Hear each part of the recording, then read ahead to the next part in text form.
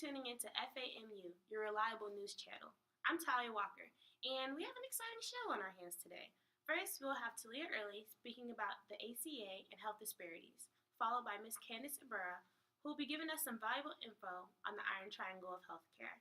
And then I'll be speaking about cultural competency and cultural humility. So now I have the pleasure of introducing Ms. Talia Early. To you, Talia. Today I'll be giving you some general background information on the Affordable Care Act and the ACA. The Affordable Care Act was signed into law on March 23rd to reform healthcare in America. The ACA makes healthcare insurance coverage more secure, reliable for Americans who have it. It makes coverage more affordable for families and small business owners. It brings down expensive healthcare costs that has put a strain on individual families, employees, and the federal budget. I personally think the ACA is great. Why? Because it does not only help one certain class, it helps everyone, from the lower class, middle class, and even the ones in the higher tax brackets.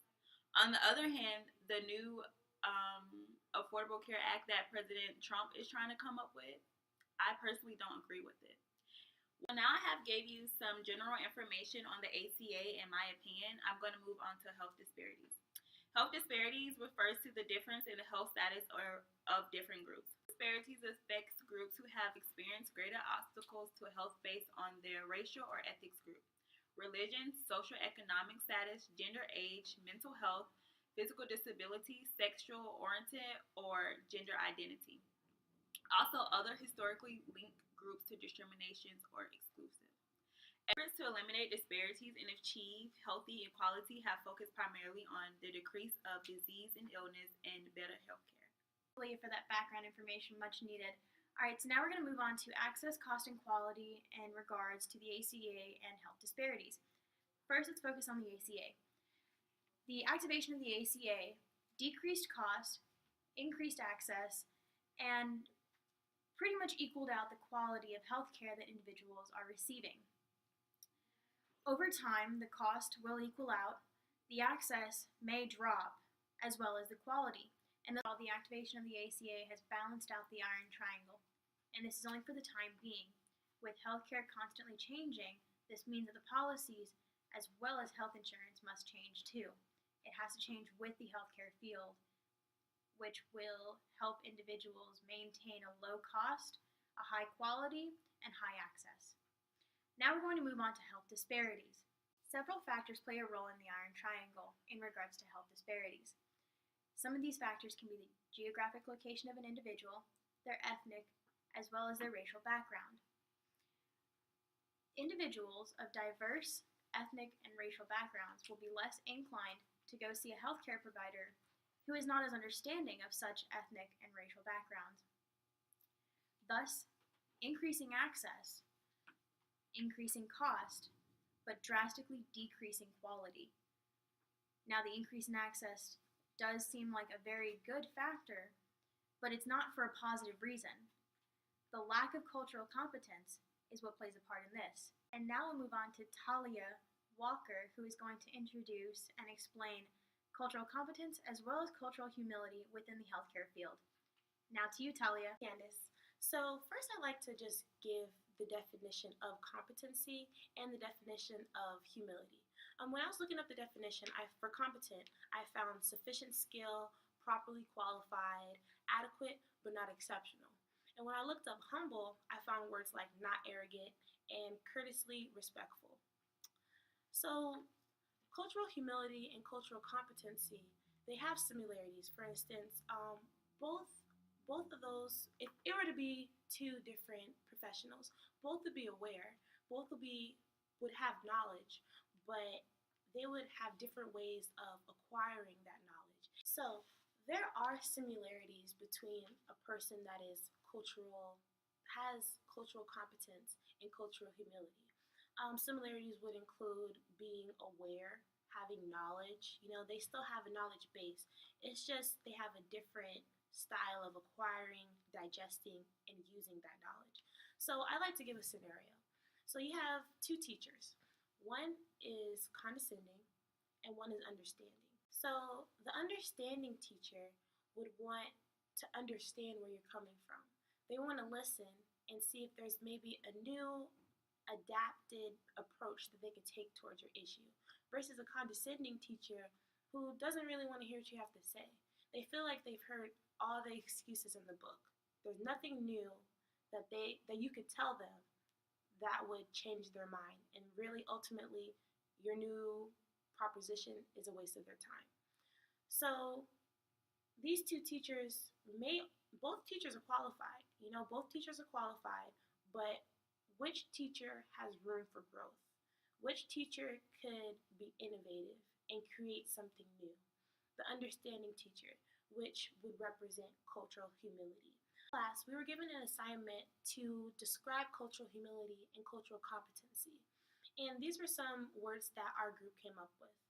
So for cultural humility, we said that it was more so an attitude learned. And for cultural competency, it was a certification earned. And what comes with a certification is systematic. It's classroom styled. It's by the book.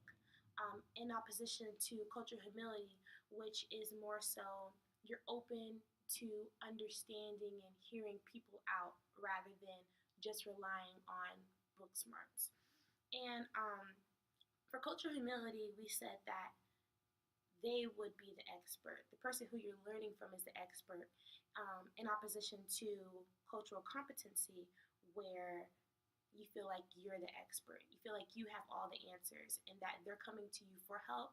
So that means that they need you because you have the education and requirements. And for cultural humility, we said that in cultural humility, you're an outsider and an insider, rather than cultural competency to where you feel like you have the credentials to then be an insider and know about another person's culture. Think of cultural competency as more of a straight line. You have your beginning where you get your education, and then you have your end where you're certified and you're the expert. But with cultural humility, it's more of a circle. It's a constant flow of learning rather than, you hitting a brick wall with cultural competency. It's limiting. Cultural competency is limiting. And with cultural competency, you become prone to bias. You can also run the risk of ultimately becoming racist and have a false sense of nationalism because you feel like you know so much about this culture that then you could find yourself feeling like you're better than the culture that you're actually trying to help with. I believe having cultural humility would be the best approach when trying to pursue a job in healthcare and also while carrying out your career. Thank you. All right, thank you, ladies, for all that valuable information. My name is Anthony Means, and I will be summarizing today's broadcast. The Affordable Health Care Act is more secure and reliable for Americans that have it. Although in this new day and age with the current president, there has been a lot of dispute as the Affordable Care Act that Donald Trump has attempted to put into place really only tends to those that are in the higher tax brackets. Now, in regards to the iron triangle of healthcare, it is almost impossible to be perfect in each category, meaning that at least 1 out of the 3, access, cost, and quality, will suffer in order for others to be efficient. Lastly, when it comes to cultural humility versus cultural competency, cultural humility is preferred.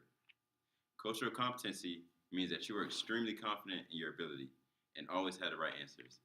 However, it also means that you're most likely going to stunt your growth as a healthcare professional.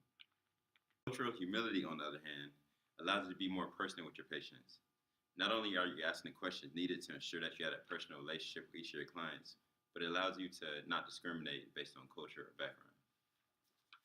Thank you all for tuning in today to this broadcast of FAMU. Make sure to tune in next week for our next episode as we speak about concerns with the cleanliness of current healthcare facilities. This is Anthony Means checking out. FAMU today, FAMU tomorrow, FAMU forever.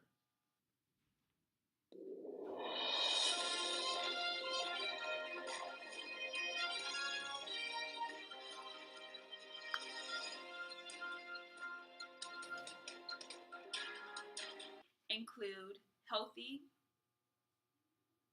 Okay, we're gonna have to cut the healthy part out. Include healthy. Just cut that part out. I totally forgot what I was gonna say. Which is fine. Thank you for tuning in. Yeah. Wow. Okay. And a lot of restart. Yeah, next time. Of which, well, Okay, I didn't want. And thank you for tuning in to FAMU, your reliable news station. We have exciting I did it again. What's preferred will help you grow as a. I gotta read.